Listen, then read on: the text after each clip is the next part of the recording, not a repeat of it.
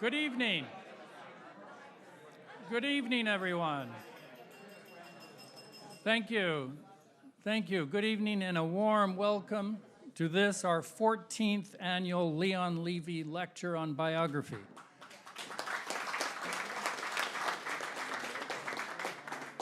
My name is Kai Bird, and I'm the director of the Leon Levy Center for Biography, a wholly unique institution hosted by the Graduate Center of the City University of New York, and founded by Shelby White, who's with us tonight, and the Leon Levy Foundation. She founded it in the year 2007, and I'm very gratified that she's here, together with the president of the Graduate Center, Robin Garrell.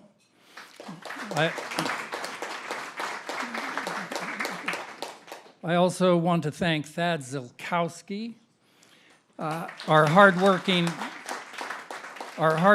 associate director, for all his wisdom these past few years. And thanks also to Wendy DeMarco Fuentes, Karen Sander, Tara McDonald, Molly Yin, Jimmy Koch, and all the other folks at CUNY for helping to organize this dinner. We are meeting tonight before a small live audience. This is our very first live event since the pandemic hit. But we are also joined by hundreds of other lovers of biography who will be watching this event via live streaming. Welcome, everyone, whether you're here virtually or not. Unlike all our other Leon Levy events, this evening is a formal lecture, so there will be no Q&A at the end. Each year, we select an eminent biographer to give the annual Leon Levy Lecture to talk about a theme related to the art and craft of biography. I've always believed that biography is not only the best vehicle for conveying an understanding of history and the human condition, but it also happens to be the most difficult and sometimes obsessive of scholarly pursuits.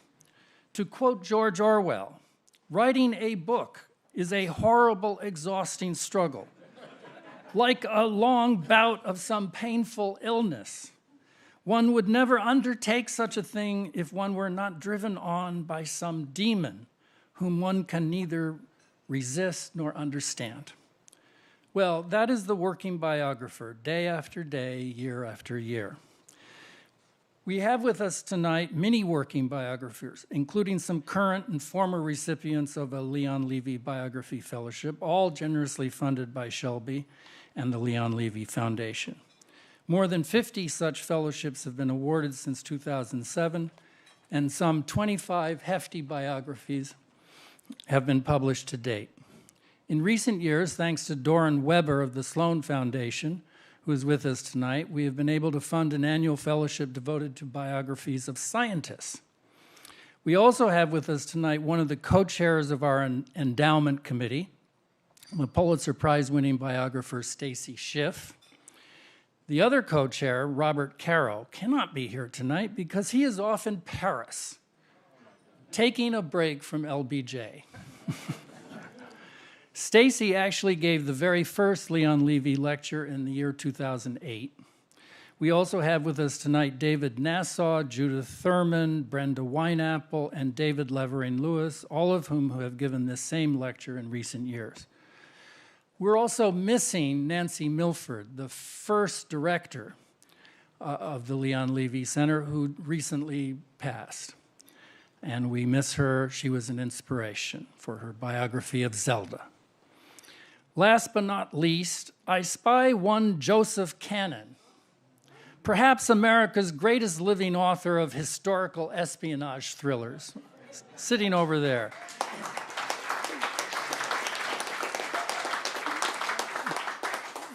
He's sort of a biographer, but one who writes without footnotes, you know? So we can't count him as one of the brethren. Sorry, Joe. Now it is my great pleasure to introduce the 14th annual Leon Levy lecturer, Annette Gordon-Reed. Professor Gordon-Reed is the author or editor of 7 books, including Thomas Jefferson and Sally Hemings, An American Controversy, Andrew Johnson, the 17th President, Race on Trial, Law and Justice in American History, Most Blessed of the Patriarchs, Thomas Jefferson and the Empire of the Imagination, and The Hemingses of Monticello, An American Family, a stunning book that won both the Pulitzer Prize and the National Book Award. Her most recent book, On Juneteenth, is a riveting blend of memoir and history.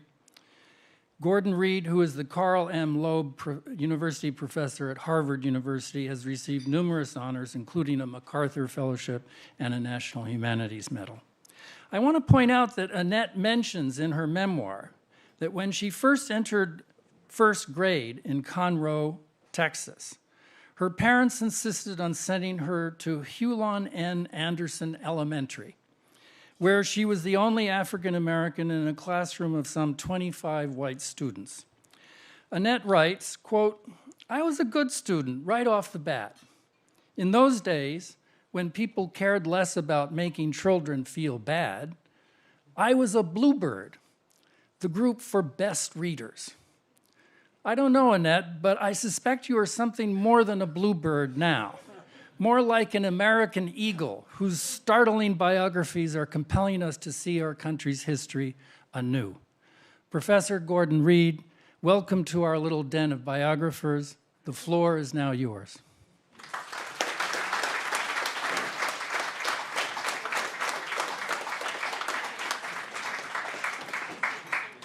Thank you very much for that introduction.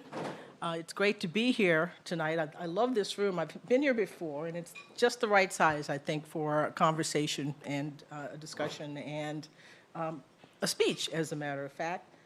I think biography has been crucial to my life as a writer. I always wanted to be a writer, but I think biography gave me a sense of what it is that I wanted to write. I tell the story about discovering Thomas Jefferson in the third grade through a third grade level biography of Jefferson. They had them in the back of the room, and there were biographies of Dolly Madison, James Madison, Jefferson, George Washington Carver, and for whatever reason, the Jefferson biography stuck with me. That was the one that made the greatest impression, and I think it has to do with the fact that he loved to read, and I love to read. He was interested in science and interested in the world and trying to discover things, and I saw myself as a person like that. But the biography was written with a story told by a fictional enslaved boy who was supposed to be Jefferson's friend. And I noticed that there was a difference in the portrayal of the enslaved boy. He's Jefferson's friend, and he's always exasperated at Jefferson because Jefferson is, he always has his nose in a book.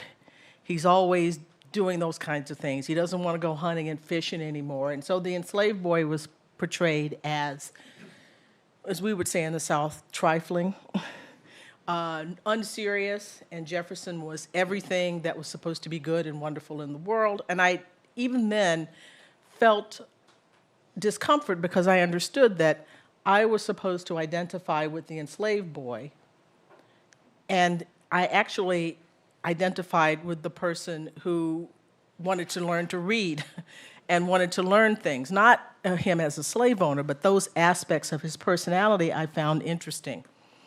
And so that got me thinking about life writing, and I continued to read biographies of Jefferson, books about Jefferson that were age appropriate from then on.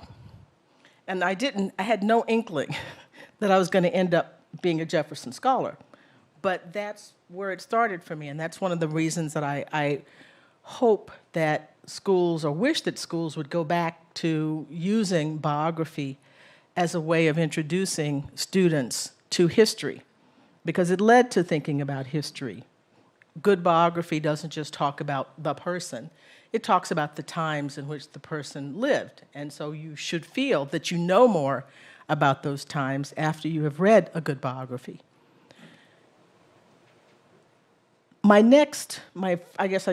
first serious look at Jefferson as a subject came when I read Winthrop Jordan's book, White Over Black, which is not a biography of Jefferson, but it's all about the history of race relations in the United States and the English attitude and the British attitude and the American attitude about race. But there's a chapter called Thomas Jefferson, Self and Society, and it's a mini biography. It talks about Jefferson's life. It describes him, where he was born, how he grew up, and his attitudes about slavery and his attitudes about a family, the Hemings family, that I had not read about before because the age-appropriate books that I used didn't really talk about that. Strangely enough, now they do. They talk about Sally Hemings, and I'll talk about that later on, but that was not a part of what I knew about Jefferson's story. And I found that intriguing. A couple of years later, Fawn Brody's biography of Jefferson came out. A couple of years, not after Winthrop Jordan's book, but after I read Winthrop Jordan's book. And I wanted that book so badly that I joined the Book of the Month Club to purchase it, 4 books for $1, not knowing that that meant that there were going to be books showing up at my home of the month. And my parents were like, where does this come from? And then they figured out what happened, and they wrote to them, and they stopped sending books. But I did have my biography of Jefferson, and that's probably the first kind of serious, long-form biography that I read. Something else was happening to me at that time. I discovered novels, being interested in novels. And I read Hemingway, and I read, didn't read Faulkner at that time, that's much later. But Hemingway, F. Scott Fitzgerald, Sinclair Lewis for some reason, who isn't a person that we think about very much these days. He won a Nobel Prize, and he's virtually unknown now, which is not a great story for writers to think about. But I became interested in him, and so I would read his books, and I would also read biographies of them.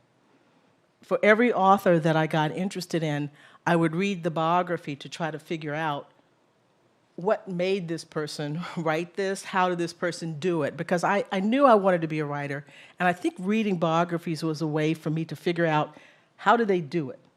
How did this happen? And of course, as you know, there are all different kinds of paths to what they were doing. There's no one formula, but I was searching for that, probably unconsciously, that's what interested me in this. And not just those kinds of writers. James Baldwin, I became very interested in him, and there was not a biography of him at that time, but I read articles that were about him and about his life, and I paid attention to the way he told his particular story, the story of his life.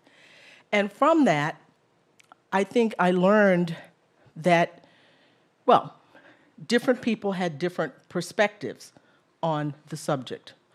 The biographers of, say, Theodore Dreiser would have one view about his feud with Sinclair Lewis, and Sinclair Lewis partisans and biographers would have a different view about their rivalry. There's a story about Dreiser slapping Sinclair Lewis, The Slap Heard Round the World, it was called. And they had different stories. People, depending upon who wrote the book, they had different perspectives, who was at fault. And that was a valuable lesson to me, because I realized history and biography, those kinds of things are not one set story that is true to everybody, is that different people have different perspectives. And so I did this was sort of the sort of way I spent a good part of my time as a teenager, and in addition to being in the band and the debate society and all those kinds of things, that was my sort of fun. The thing that I love to do is to read novels and then find out whatever I could about the person who wrote them. And that continued, through college and through my time here. When I moved to New York City, the New York Public Library was a destination for me on Saturdays. I was practicing law as an associate. I probably should have been doing that. But I was drawn to this place because I could continue in this odd kind of habit that I had, is sort of thinking about people's lives and thinking about controversies. I could do a book about literary feuds, I think, if I actually put my mind to it, because I loved seeing the conflict and seeing how they were resolved in these pages.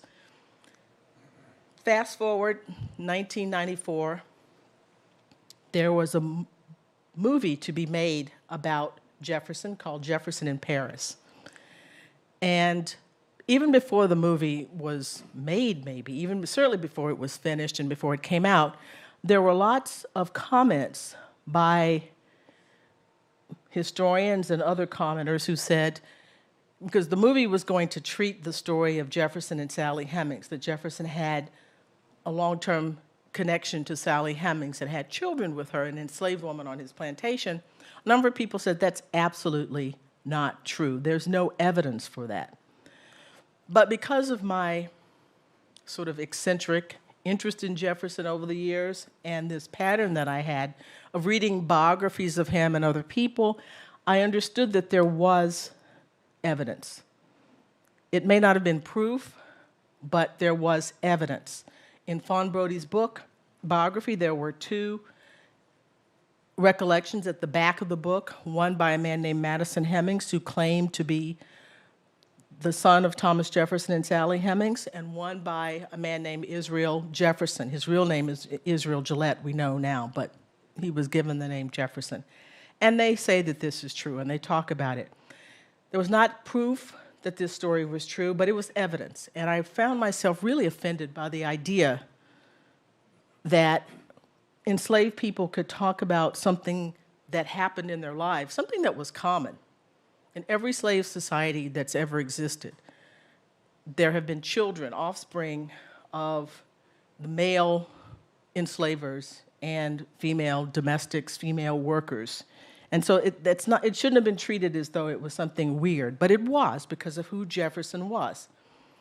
And so I went to the New York Public Library, and I sat in the Rose Reading Room, and I was going to write an op-ed. And I started writing the op-ed, and it got longer and longer. And finally I said, you have this, again, eccentric interest in this place. I taught myself, I think, to research by what I was doing as a teenager. Not knowing that this is what, I was doing, but every single thing that I had been doing from the time, I was, 12 to the time I started working on this book, prepared me to do what I had to do for that book.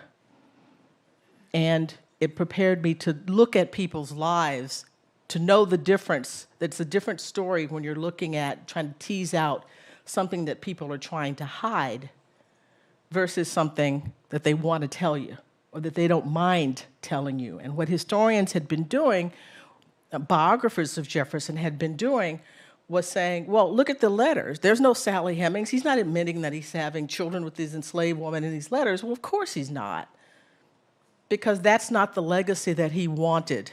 That's not how he wanted to be remembered. He understood that that would ruin his legacy if people believed that because of attitudes, his own attitudes, but his community's attitudes about those interracial connections, leaving aside the question of consent and all of those things that are problems for us today. During their time, the question was about race mixing, and he understood that that would be a problem.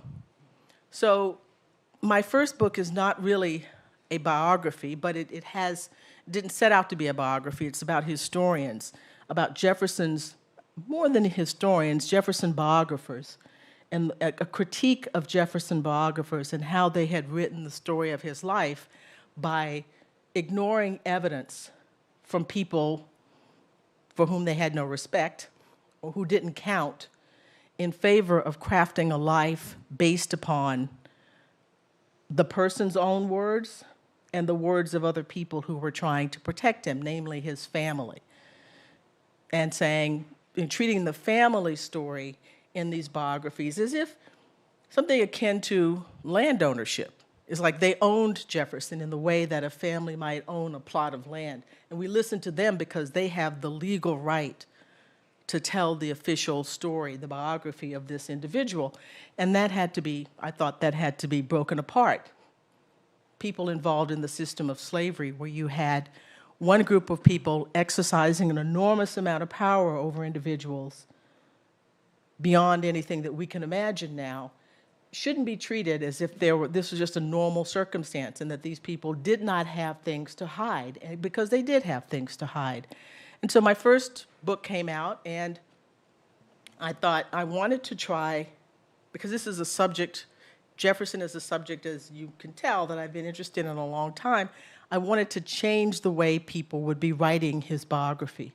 I wanted the Hemings family to figure into the story in a way that they had not up until this point, and to make the point that you can't really understand Jefferson as a person without understanding the institution of slavery and how that shaped his life. And people were writing about him basically from the position that the only important thing, or the main important thing about him, was that he is the principal author of the American Declaration of Independence, that he was the president, the founder of the University of Virginia.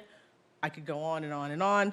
All of those things are true, but if you want to write about the individual and understand the individual, you have to understand the fact that he lived up on a mountain at various points in time with upwards of 200 or 250 African-American people, with nothing but maybe his daughters at some time and a few white working men. And he interacted with those people on a daily basis. And he talked about them. He had them, he worked with them as woodworking. He supervised their activities. And he had children with one of them. And his wife's father had children with had six children with an enslaved woman, one of whom was Sally Hemings. So Sally Hemings was his wife's half-sister. You can't tell a story of a person, you can't think about what that life was like without using that material, thinking about that material. And historians and biographers, and I'm putting these two together here, basically shunted that to the side. And I think a lot of the reluctance was not just about not believing it, but if you think about how that complicates the story of his life, and what kind of person he was, what was his life like? Did he struggle over this? Was this a problem? Did this make him unhappy? Unfortunately, all of those kinds of things will have to be left to fiction to answer those questions, but raising them, pointing these things out, changes things.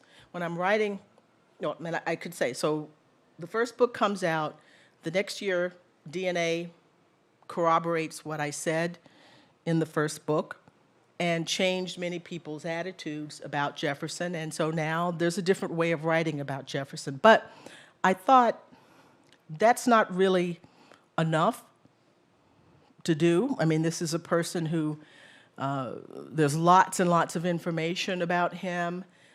He manages to keep records of almost everything. He has a memorandum book. He puts down all of the transactions that he ever engaged in, monetary transactions from the time he's in his 20s until his 80s. It's the 2-volume, over 1,000 pages.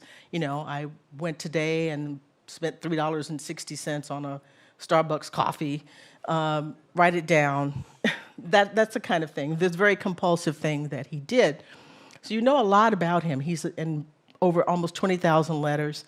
He's a person who gives a lot of information without being particularly informative. There's no diary.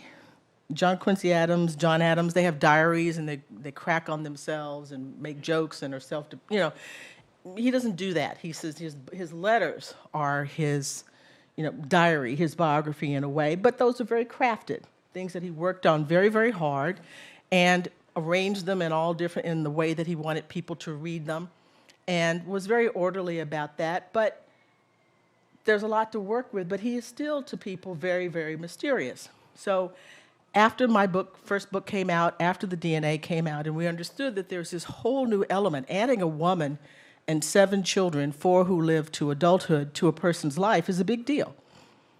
I mean, what's up with that? I mean, he's got grandchildren who are living at Monticello at some point after their father fails, and Jefferson's daughter brings her 12 children to live at Monticello. And there's this, what we call a shadow family, with an enslaved woman who are the same age as his grandchildren, and they're running around together. So you can't do that without rethinking the story of life at Monticello.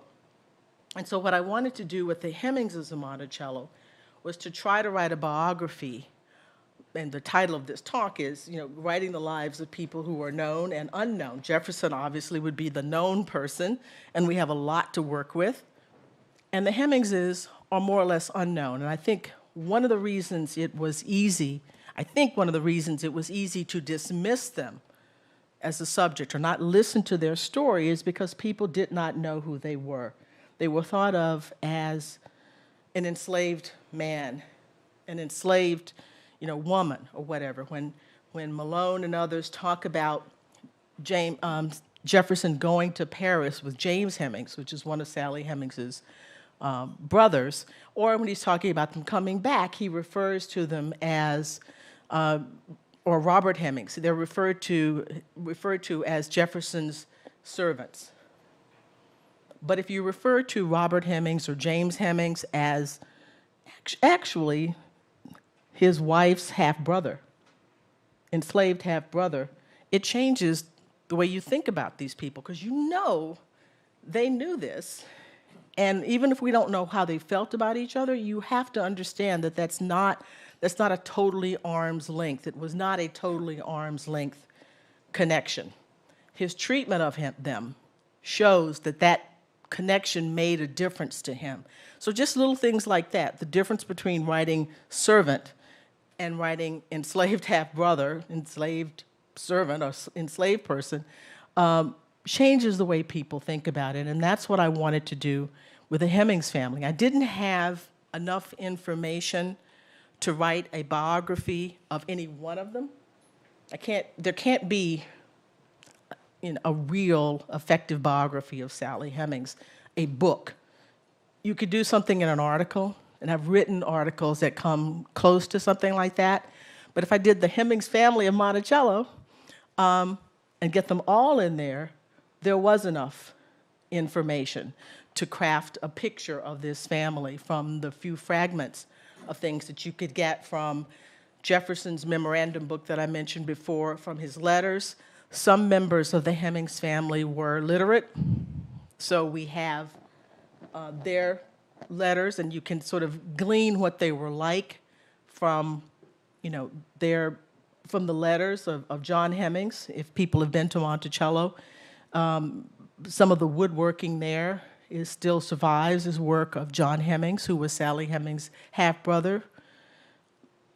Those kinds of things, taking Jefferson's records, what I knew from the Hemings family, from their writings and letters, from oral history, family history from the Hemings family. I mean, oral history can be problematic.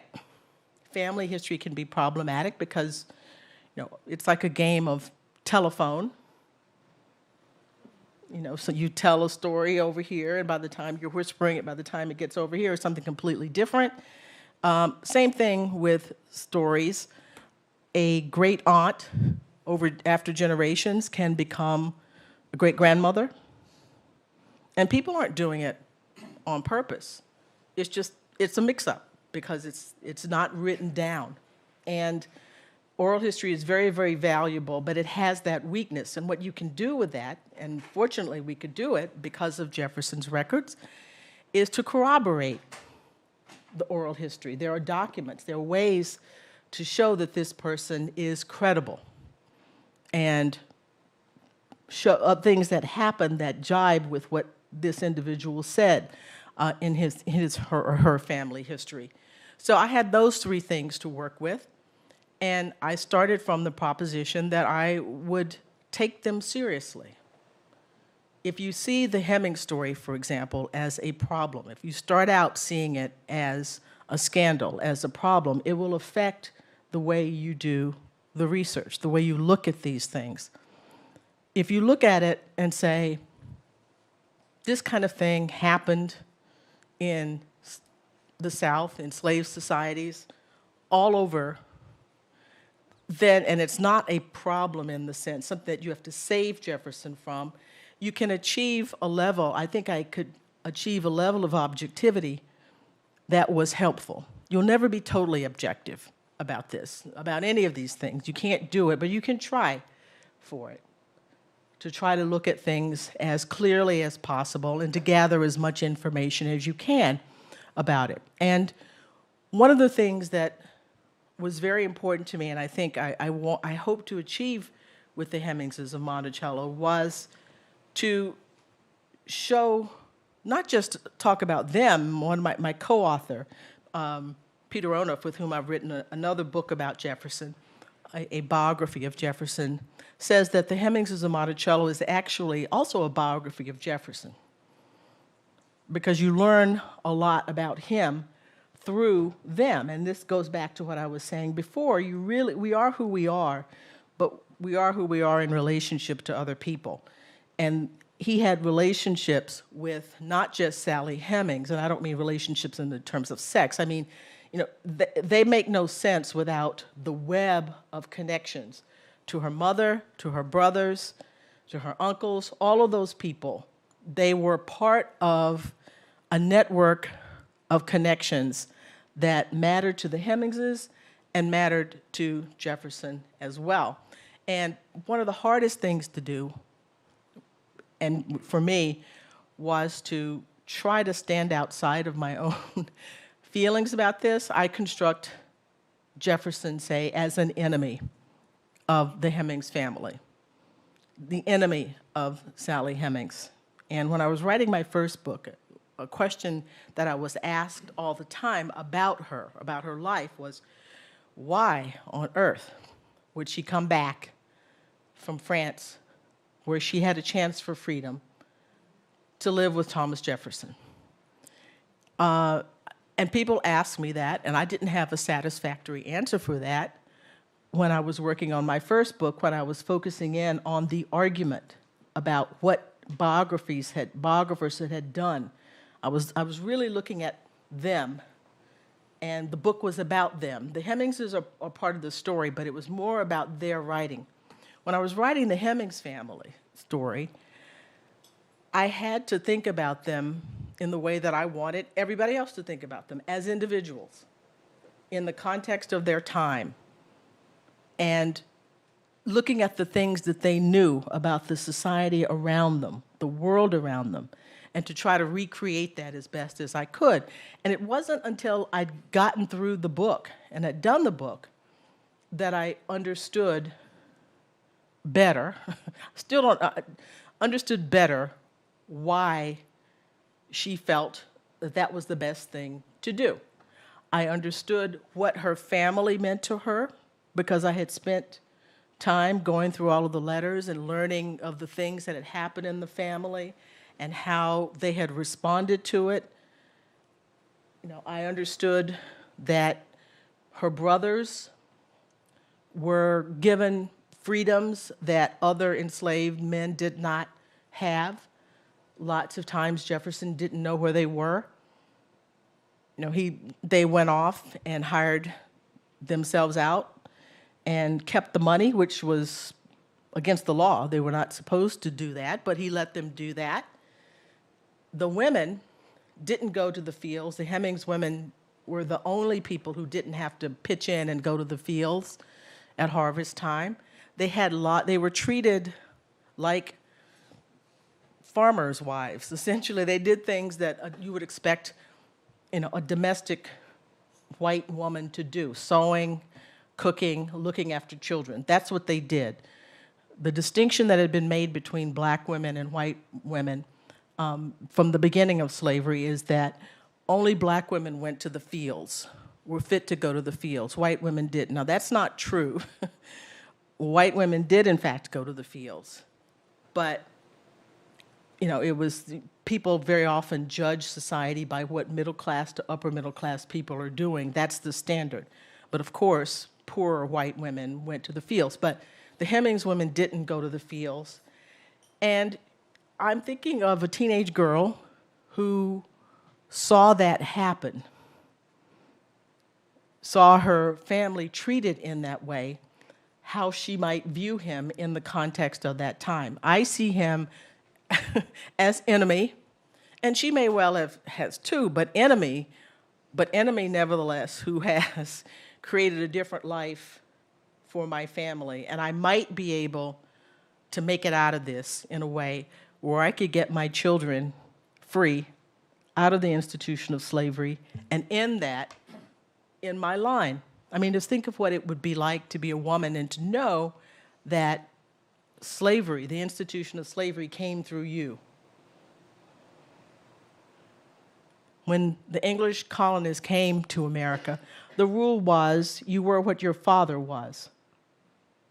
And they switched that to decide, in Virginia at least, and then eventually everybody adopts this partus sequitur ventrum.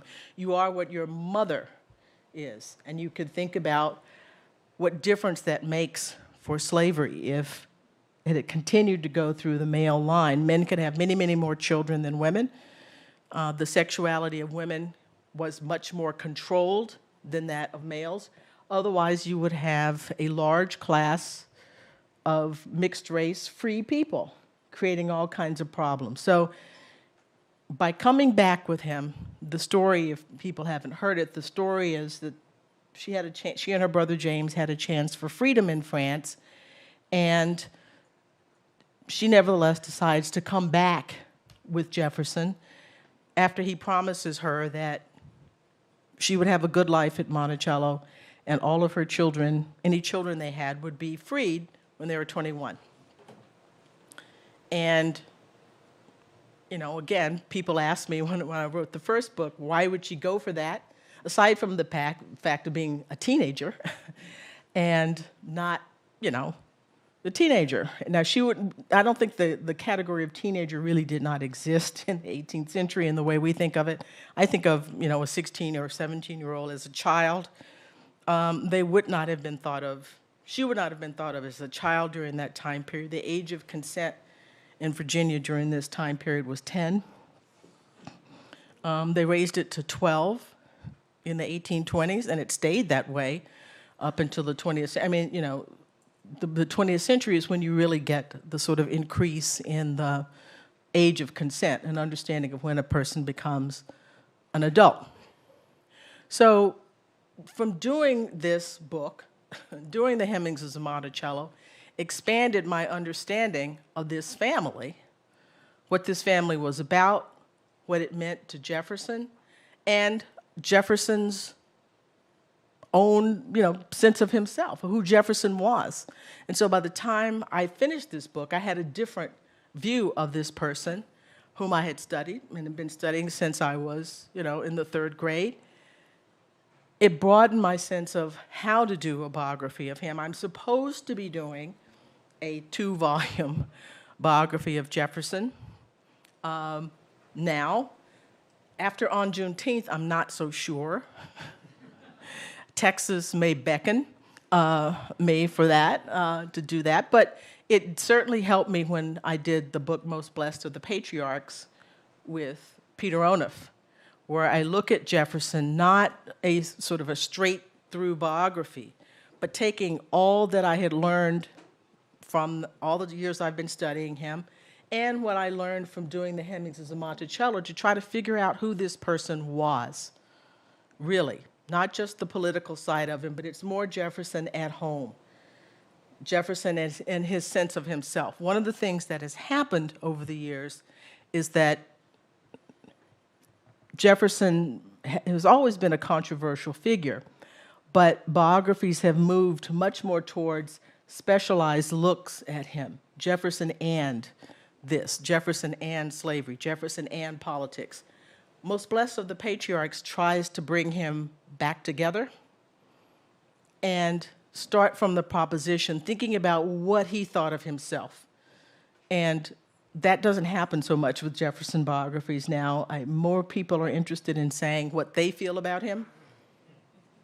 I mean, because there is a genre I mean, there's a genre of loving the subject too much, but there's also the genre of sort of a hate biography, where people, and I don't understand that one. I mean, writing about someone that you hate, and maybe there's probably a charge out of that people get from doing that. But both Peter and I wanted to move away from that and to take him as much as we can at his word, to try to remember what it was about this person that made him such a figure of interest over time, aside from the fact that he had his hand in almost everything that you could think of in the early American Republic. I don't think there's anyone. I mean, Franklin comes close to him, but Franklin dies before the 1790s. He's not a part of the battle, the crucible of the creation of the early American Republic in that way. And Jefferson lives a long time he's an American. He ends up being an American for most of his life, as opposed to a Brit. And there's the presidency, Secretary of State, the grid that the country's laid out on, the Jefferson grid, the Library of Congress, West Point, all kinds of things you could point to that he's a part of. And we wanted to try to use what we both knew. Peter is an intellectual historian, and he writes about Jefferson's political thought. And to have the two of us together to write a biography, and he doesn't like the title biographer. He likes the title historian, and he is historian, but he's a biographer as well. An interesting experiment to have a political and social historian and a biographer and an intellectual historian to put our heads together to come up with a biography that tries to integrate this subject and integrate this person into, make him whole. And that's what Most Blessed of the Patriarchs is about. And it's interesting because, it's like I've never left, in some ways, the third grade, thinking about this person because he exemplifies so much of the American story. I mean, I say in the Hemingses of Monticello that Monticello is where we've been, the best of where we've been and the worst, all in this one place, and all in this individual, and which is why it's hard to think of sort of moving him off the stage without doing damage to ourselves, to our understanding of who we are. The flawed beginning, the idealism that's a part of the American character, trying to work through these flaws. And so he remains an evergreen topic for me. The Hemingses remain an evergreen topic for me because it shows America in a way that I think when people go up to the mountain or when they read biographies of Jefferson, you can sort of understand who we are. And maybe that's what I was looking for, too, as a kid, trying to scope out what it was like, how we got to a point where I lived in a society where when I went to the doctor, there was a separate waiting room for whites and blacks. When we went to the movies, we had to sit in the balcony. And my father, who had been a Korean War veteran, when he came home to that society. And I integrated our town school, the schools in our town, and I wanted to figure out what this was all about. And writing about this person's life, understanding this person's life at the beginnings of our society was a way for me to do that. And I've been eternally grateful that I ran into that biography so long ago because it's put me on the path to where I am today. So thank you.